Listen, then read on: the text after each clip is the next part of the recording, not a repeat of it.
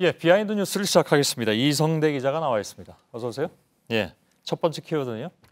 네, 첫 번째 키워드 보겠습니다. 과거와 싸우는 박지원. 예. 국민의당 박지원 대표가 선거운동이 시작되자마자 민주당의 문재인 후보 공격 선봉에 서 있습니다. 예. 대표적으로 어제부터 올린 박지원 대표 페이스북을 보면 문 후보는 적폐다 저런 식의 어떤 비판글 절반 넘게 차지하고 있습니다. 예. 문재인 안철수 후보는 서로 직접 공격하는 것을 자제하는 그런 모습인 것 같긴 한데 양 캠프에선 날선 공방이 이어지는 그런 상황이군요. 그렇습니다. 민주당에서도 가만히 있지 않고 맞대응을 했는데요. 예. 자, 먼저 보시면 안철수에게 모이는 사람은 민주당에서 실패한 사람이다. 국민은 안철수만 보는 게 아니라 그 주위 세력이 어떻게 국정을 이끌어가는지 평가할 것이다.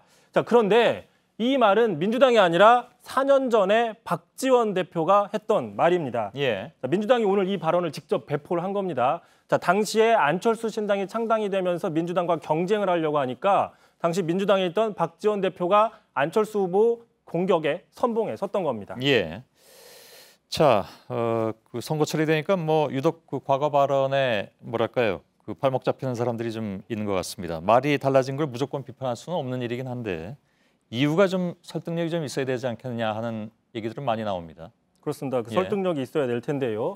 특히 그 박지원 대표가 문 후보의 공격에 몰두하다 보니까 좀 이런 말도 나왔습니다. 들어보시죠. 예. 문재인이 되어야 광주의 가치와 호남의 몫을 가져올 수 있습니다. 말실수였군요. 예, 어제 예. 유세에서 하는 얘기인데 저거는 말실수라고 누가 봐도 말실수인데 또 이거를 자유한국당에서는 놓치지 않았습니다. 정준결 대변인. 자, 박지원 대표 속마음은 문재인 후보가 당선되면 본가인 민주당으로 다시 들어가려고 하는 건데 이게 부지불식간에 튀어나왔다라고 저렇게 얹었습니다. 말을. 예. 이건 하나도 안 놓치려고 하네요.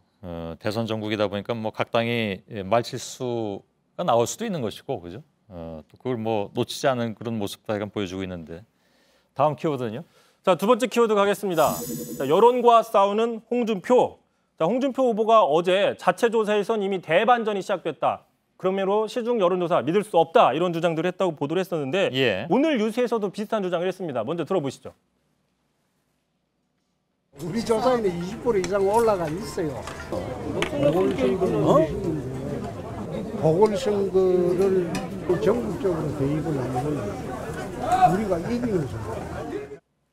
예. 실제로 오늘 이런 카톡글이 돌아서 하나 가져와 봤는데요. 자, 보수를 찍으면 보수가 이긴다. 4.12 여론조사 홍준표 26, 문재인 22, 안철수 16 저런 식으로 여론조사 결과처럼 보입니다. 예. 자, 45만 명 국민이 실제 투표를 통한 4.12 여론조사다. 저런 식의 카톡글이 돌았습니다. 예.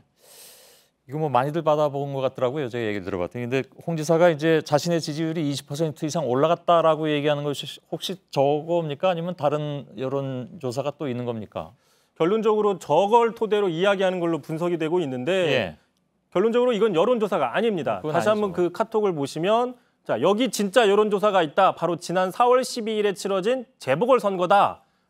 정확히 보시면 4.12 여론조사를 놓고 저렇게 수치화한 건데 예. 자, 여론조사가 아니라 재보궐 득표율을 이야기하는 겁니다. 예.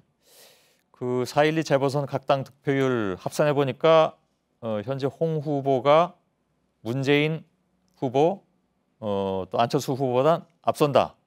이런 주장인데 원래 여론조사라는 것은 이게 조사 방법이라든가 이런 것들이 다 좀 다르죠. 그리고 그 소위 이제 사회과학적 조사 방법이라고 해서 각계각층을 대변할 수 있는 그래서 보다 좀 과학적인 것 이렇게 되게 이제 공유된 의식 속에서 여론조사가 나오는 법인데 이건 어떻게 봐야 됩니까, 그럼?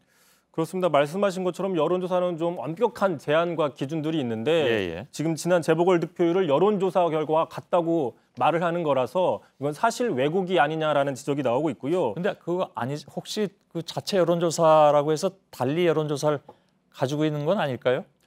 일단 그 오늘 유세 현장에서 여의도 연구원이라는 표현을 했는데 예. 거기서는 구체적으로 수치를 공개하진 않았습니다. 그렇습니까? 예. 자, 게다가 이 재보궐 선거를 통한 이 수치를 이야기하려면 총선, 그러니까 총선도 아니고 어떤 특정 지역에 집중된 지난 4.12 재보궐 선거를 가지고 예. 이게 전국 민심과 일치한다라고 이야기하는 것도 좀 괴리가 있다라는 지적들이 있습니다. 알겠습니다. 다음 키워드는요?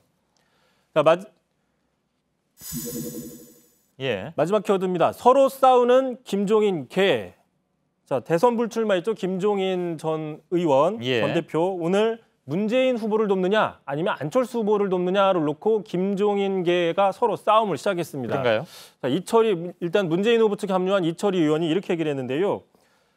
자, 김종인 전 대표를 오래 모셨지만 가장 많이 들었던 건 안철수 후보에 대한 비판이다. 이렇게 얘기를 했습니다. 그러니까 김종인 전 의원이 안철수 후보 측에 갈 일이 없다는 주장을 한 거죠. 예. 자, 그러니까 김종인 전 대표를 따라서 같이 탈당했던 민주당의 전 의원이었죠. 최명길 지금 무소속 의원이 자, 모시면서 들었던 더 많은 문재인 후보에 대한 비판은 기억이 안 나는가 봅니다. 저런 식으로 얘기를 했습니다. 예. 자, 문 후보가 싫어서 당을 나왔던 사람이 다시 들어갈 일이 없다고 주장을 한 겁니다. 예.